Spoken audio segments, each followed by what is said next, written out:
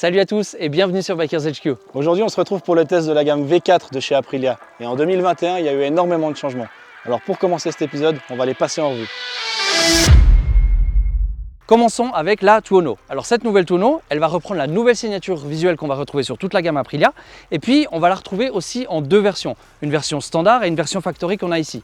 La différence, c'est que la Factory est vraiment orientée sport, alors que la Tuono V4 standard, elle est plutôt orientée touring. Et ça, c'est une nouveauté chez Aprilia, c'est qu'ils ont vraiment séparé un modèle en deux gammes. Ça ne vous aura pas échappé, une des grandes nouveautés sur cette Tuono V4, c'est son look. On va retrouver exactement la même gueule que la Tuono 660, avec la nouvelle signature lumineuse qui est propre à tous les nouveaux modèles chez Aprilia, et puis aussi ses écopes. En fait, pour différencier ces deux modèles de Tuono, il va plutôt falloir regarder sur l'arrière de la moto. Bien sûr, premièrement, le moteur est beaucoup plus imposant que celui de la Tuono 660. Et puis, à partir d'ici, on va retrouver le gros échappement qui est exactement le même que sur la RS V4. Pareil que sur la RS V4, le siège et puis toute la partie arrière qui sont repris bien sûr du modèle sportif. Autre nouveauté sur cette Tuono, c'est son bras oscillant. On va retrouver le même sur la RS V4 et sur la Tuono.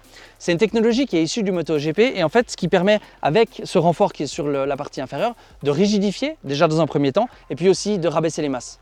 Au niveau des autres nouveautés, ça se passe ici. Alors premièrement, on a un nouvel écran 5 pouces TFT en couleur et puis il va surtout nous permettre d'avoir accès à plus d'informations et surtout plus de réglages que le modèle précédent. Ici maintenant, on a 6 modes moteur. On a 3 modes qui sont vraiment destinés pour la route et 3 modes qui sont eux destinés plutôt pour la piste. La nouvelle centrale IMU Magneti Marelli remplace le modèle de chez Bosch. Ce que ça apporte maintenant sur ce nouveau modèle, c'est beaucoup plus de précision au niveau du traction control et puis surtout une gestion du frein moteur qu'on n'avait pas avant. Niveau moteur, pas de changement, on reste à 175 chevaux. Par contre, forcément, il s'adapte à la norme Euro 5. Les gros changements, ils sont sur la RS V4. C'est vrai que si la Tuono n'a pas eu de changement au niveau moteur, la RS V4, elle n'a pas vraiment eu le choix. Pourquoi? Parce que pour pouvoir la passer en norme Euro 5 et surtout garder la puissance qu'elle avait déjà en 2020, c'est-à-dire 217 chevaux, il a fallu augmenter la taille du moteur. Et du coup, elle passe à 1099 cm3, mais grâce à ça, elle gagne 3 Nm. Comme pour la Tuono, la RS V4, elle est livrée en deux versions. Alors rassurez-vous, il n'y aura pas de RS V4 Touring, ce qui serait un petit peu ridicule, mais il y a quand même 2-3 différences, notamment sur les jantes, parce que la version Factory elle est livrée avec des jantes forgées. Autre différence par rapport à la version standard, sur ce modèle 2021 comme en 2020, on a les suspensions électroniques. Alors ce qui est super, c'est que ça gère les fourches, la suspension arrière, mais également l'amortisseur de direction. Elle reçoit également le bras oscillant issu du MotoGP, tout comme la Tuono. Mais sur cette moto, ce qui est vraiment issu du MotoGP, c'est les winglets. Enfin, winglet, c'est pas vraiment le bon terme parce que leur fonctionnement se rapproche plutôt de celui d'une aile d'un avion. Mais dis voir, Jamy, tu pourrais nous expliquer comment ça marche? Pour permettre à un avion de voler, on utilise un phénomène appelé portance. Pour faire simple, les ailes d'un avion sont bombées sur la partie supérieure. Lorsque l'aile se déplace, l'air passant en dessus va devoir parcourir une plus grande distance et donc se déplacer plus vite que l'air passant en dessous. Ceci crée une dépression qui va aspirer l'aile vers le haut. Dans le cas de nos winglets, on inverse le principe pour créer une baisse de pression en dessous de l'aileron et donc une aspiration vers le bas, ce qui a pour effet d'augmenter l'appui sur la roue avant. Merci pour ces explications. Côté électronique, elle reçoit le nouveau système IMU de chez Magneti Marelli avec les 6 modes moteur et contrairement à la Tuono, le réglage des suspensions est plutôt orienté piste que route. Bon, je pense que ce que vous attendez tous, c'est de voir rouler ces motos, alors c'est le moment maintenant de vous emmener sur la route.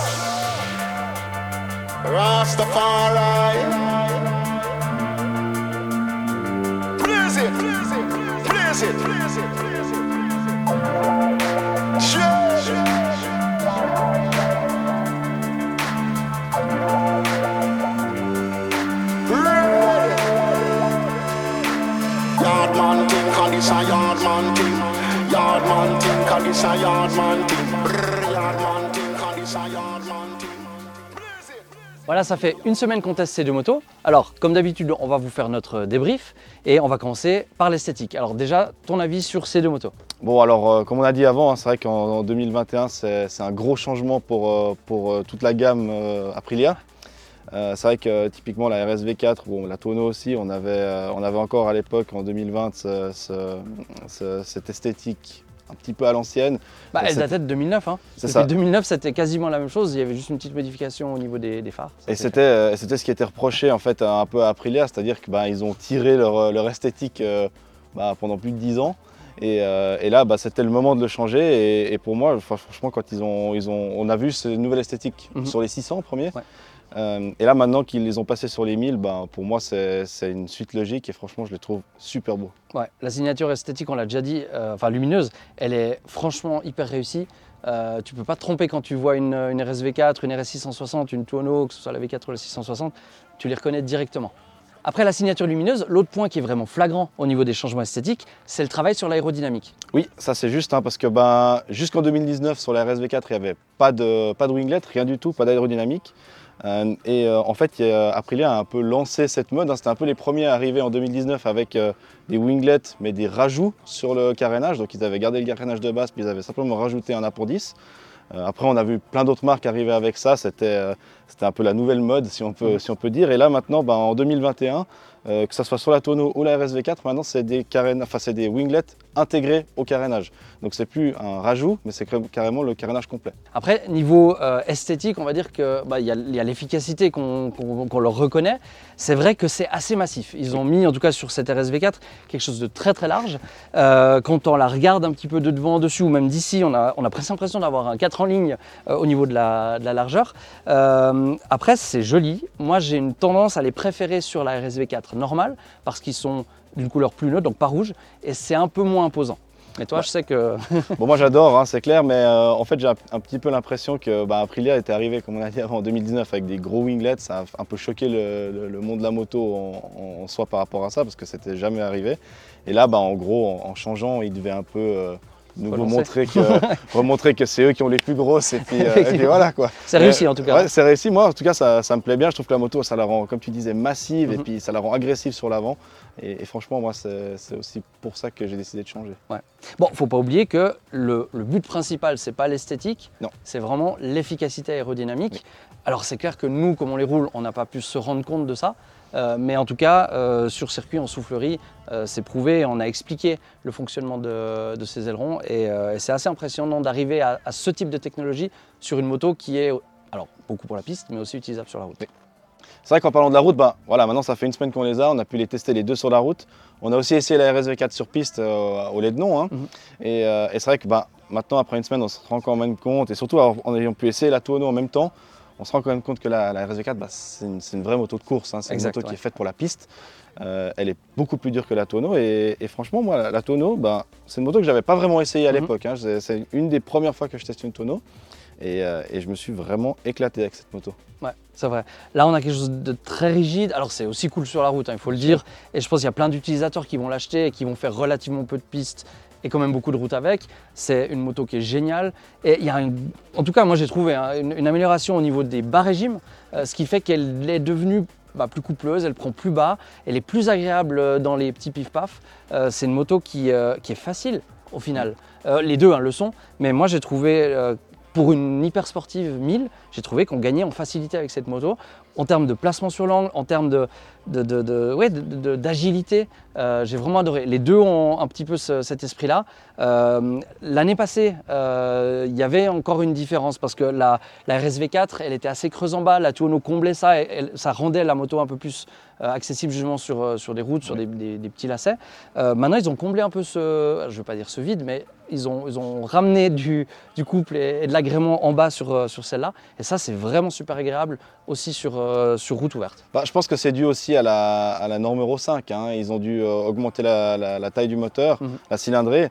Et c'est ce que je disais à Rocha la première fois que j'ai essayé la mienne sur piste, c'est que en fait, j'ai l'impression qu'en ayant gagné du couple en bas, elle passe mieux les chevaux. C'est vrai que mon ancienne moto, j'avais l'habitude de l'utiliser avec le traction control électronique, c'est-à-dire qu'on pouvait mettre les gaz à fond et c'est tout la moto qui gérait.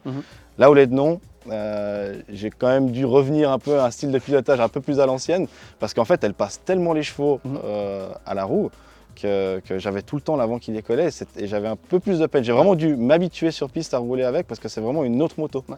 Là, il y a eu un gros changement. Si on revient maintenant sur la tonneau, en tout cas moi ce que j'ai trouvé c'est qu'on retrouve cette facilité. Le moteur il est toujours assez agréable. On est un petit peu moins puissant que sur la RSV4, mais je pense que c'est une bonne chose sur un roadster sportif. Aller mettre 217 chevaux là-dessus, ce serait un petit peu dangereux je pense. Mais en tout cas ce moteur qui est le moteur de l'ancienne entre guillemets RSV4, donc qui est resté à 1078 cm3, il est hyper bien dans cette moto. Le cadre elle-même c'est le cadre de la RSV4. Et on le rappelle, on parle de roadster, mais c'est une sportive déguisée en roadster, c'est une RSV4 avec un guidon haut, avec un avant un petit peu réduit et puis un poil moins de carénage. Mais franchement, on a une vraie sportive avec une position un petit peu plus facile. Et du coup, si on voulait s'aventurer un peu en ville, si on veut l'utiliser dans ses trajets du quotidien, la tonneau, elle est beaucoup plus adaptée. Et une fois qu'on sort, et même sur piste, je pense que c'est une arme de guerre quand même. Et du coup, c'est deux motos qui sont très polyvalentes finalement. Ça, c'est ton terme normalement. C'est mon terme, c'est moi qui l'utilise. On s'était promis de plus l'utiliser, mais pour le coup, c'est le cas. Et c'est vrai que alors celle-là, pour du tous les jours, elle est vraiment top. Et elle apporte ce fun. Voilà, c'est un roadster hyper sport, un hyper roadster. Et on retrouve vraiment énormément de fun avec cette moto. Bon, je pense qu'on peut conclure avec l'arrivée de la pluie en plus. On n'a vraiment pas eu de chance ces derniers temps avec le temps. Effectivement. Voilà. On a eu 3-4 jours où il a fait beau, on a pu vraiment bien les tester.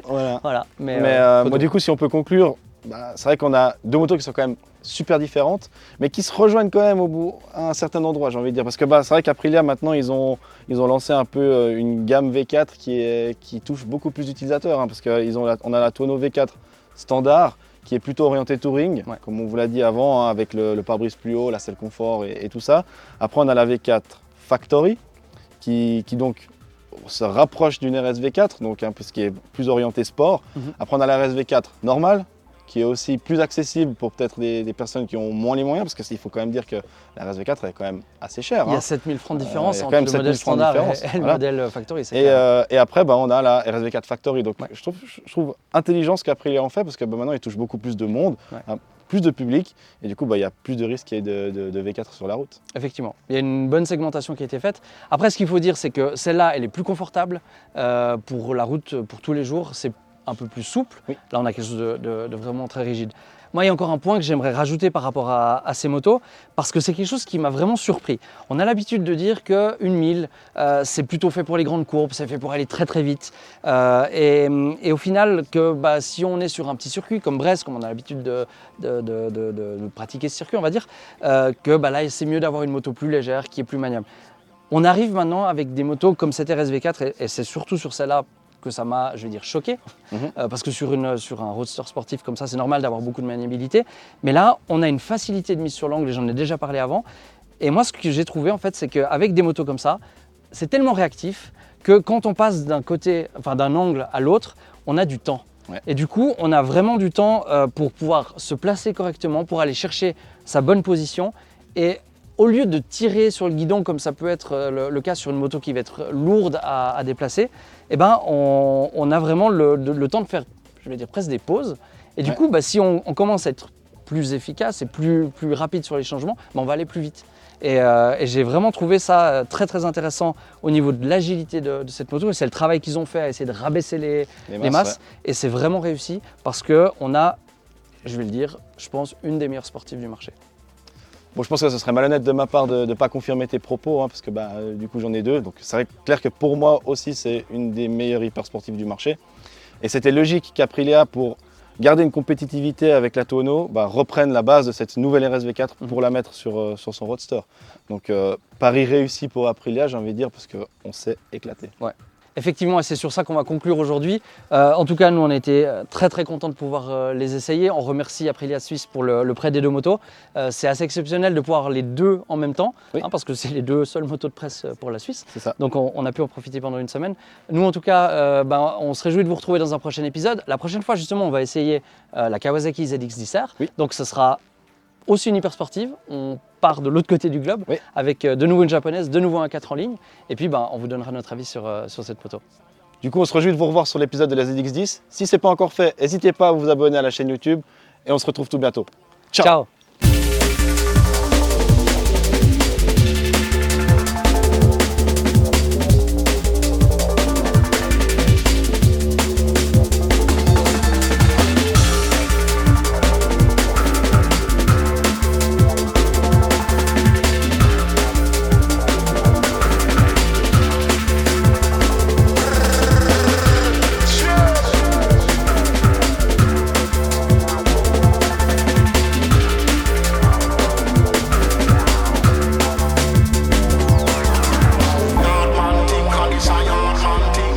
Yard man thing, 'cause it's a yard man thing. Yard man thing, 'cause it's a yard man